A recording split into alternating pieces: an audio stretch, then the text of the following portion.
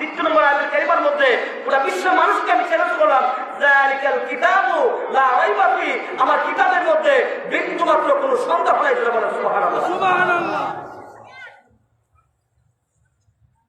প্রভু, তোমার কোরআনের মধ্যে কোনো প্রকারের কোনো সন্দেহ নাই, বুঝতে পেরেছি। এই কোরআন তুমি কার কাছে নাযিল করেছো?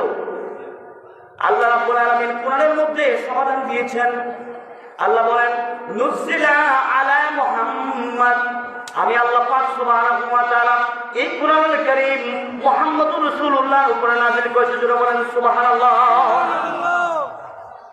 আল্লাহ কোরআনের মধ্যে কোনো সন্দেহ নাই, বুঝতে পারলাম কোরআনকে মুহাম্মদের উপরে নাযিল করেছেন। এই মুহাম্মদ সাল্লাল্লাহু আলাইহি ওয়াসাল্লামকে চিনতে চাই, ওনার পরিচয় আমাদের কাছে দেন, আমরা মুহাম্মদকে চিনি না। আল্লাহ বলেন, আমার কোরআনের মধ্যে কোনো সন্দেহ নাই, যে কোরআন আমার নবীর উপরে আমি আল্লাহ পাক নাযিল করেছি। আমার নবীর পরিচয় জানতে চাও? তাম পৃথিবীর মানুষ আমার নবীর পরিচয় নাও। আমি আল্লাহ পাক রব্বুল আলামিন আমার নবীর পরিচয় তোমাদের সামনে ব্যক্ত করলাম। আল্লাহ পাক রব্বুল আলামিন বলেন, ওয়া মা আরসালনাকা ইল্লা রাহমাতান লিল আলামিন। আল্লাহ বলেন, আমার নবীর পরিচয় জানতে চাও? আমার নবী হচ্ছেন গোটা জগতের জন্য রহমত। বলেন সুবহানাল্লাহ। কারণ পৃথিবীতে অনেক মানুষের নাম আছে রহমতুল্লাহ, কিন্তু রাহমাতুল লিল আলামিন আদম আলাইহিস সালাম থেকে শুরু করে মুহাম্মদ সাল্লাল্লাহু আলাইহি ওয়াসাল্লামের উম্মত পর্যন্ত কোন নবীর নাম, কোন উম্মতের নবীর নাম এবং কোন উম্মতের নাম রাহমাতুল লিল আলামিন নাই।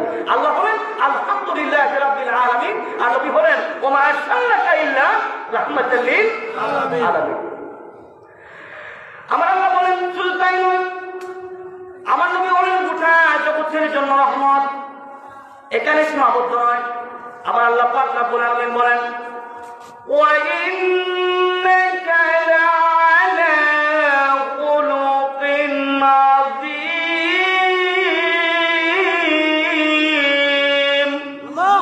আল্লাহ বলেন, আর আপনি হলেন মহান চরিত্রের অধিকারী। আমার কোরআনের মধ্যে বিন্দু মাত্র কোনো সন্দেহ নাই। আমি কোরআন যার উপর নাযিল করেছি তিনি মুহাম্মদ রাসূলুল্লাহ। এই মুহাম্মদ রাসূলুল্লাহ হলেন যে গোটা জগতের রহমত। শুধু রহমত নয়, আমার নবী হচ্ছেন ওয়া মা আরসালনাকা ইল্লা রাহমাতাল লিল আলামিন ওয়া ইন্নাকা লাআলা খুলুকিন আযীম। আল্লাহ বলেন, আমার নবী হলেন মহান চরিত্রের অধিকারী। আমার নবীর চরিত্রের মধ্যে কোনো সন্দেহ নাই। যারা বলেন সুবহানাল্লাহ। আমার বন্ধুরা, এখানে ছোট্ট একটা পয়েন্ট, নামাজের উপর মধ্যে কি পড়ি? সুবহান রাব্বিয়াল আযীম পড়ি না? সিজদার মধ্যে কি পড়ি? সুবহান রাব্বিয়াল আলা, সুবহান রাব্বিয়াল আলা। আল্লাহ পাকের পবিত্রতা বর্ণনা করে। জোরে বলেন ঠিক কিনা? মাবুদ বলেন, দুনিয়ার মানুষেরা যে নবী নামাজ প্রতিষ্ঠা করার জন্য তায়েফের জমিনে মাইর খাইলেন, বেঈমান কাফিরগুলো আমার নবীকে মারলো। উহুদের ময়দানে আমার নবী তার নাম শহীদ করলেন। একটা মাত্র টার্গেট ছিল, নবীজি নামাজ প্রতিষ্ঠা করবেন। আমার নবীজি নামাজ প্রতিষ্ঠা করবেন। আমার নবীজি নামাজ প্রতিষ্ঠা করবেন। আমার নবীজি নামাজ প্রতিষ্ঠা করেছেন। আমার নবীর উম্মতগুলো যখন রুকুর মধ্যে যায় সুবহান রাব্বিয়াল আযীম পড়ে, যখন সিজদার মধ্যে যায় সুবহান রাব্বিয়াল আলা বলে। আমার আল্লাহ বলেন, সেই নবীর কারণে আমার উম্মতগুলো সুবহান রাব্বিয়াল আলা নামাজের মধ্যে বলে সুবহান রাব্বিয়াল আলা। আমি আল্লাহ পাকের পবিত্রতা বর্ণনা করে, আমি আল্লাহ পাক সুবহানাহু ওয়া তাআলার পবিত্রতা বর্ণনা করেছে। আমি বললাম সুবহান রাব্বিয়াল আলা, আমার নবী বলেন সুবহান রাব্বিয়াল আলা, আমি আল্লাহ বললাম সুবহান রাব্বিয়াল আলা। তাইলে আমার বন্ধু নবী বলেন, ওয়া ইন্নাকা লাআলা খুলুকিন আযীম, আমি বললাম রাব্বিয়াল আযীম, আমার নবী বলেন খুলুকিন আযীম। জোরে বলেন সুবহানাল্লাহ। আমি আল্লাহ বললাম রাব্বিয়াল আযীম, আমার নবী বলেন খুলুকিন আযীম। জোরে বলেন সুবহানাল্লাহ। নবীজির শান মান আল্লাহ কত মহান করে দিয়েছেন।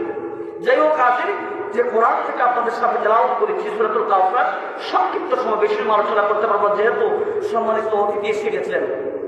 আমার বন্ধুরা,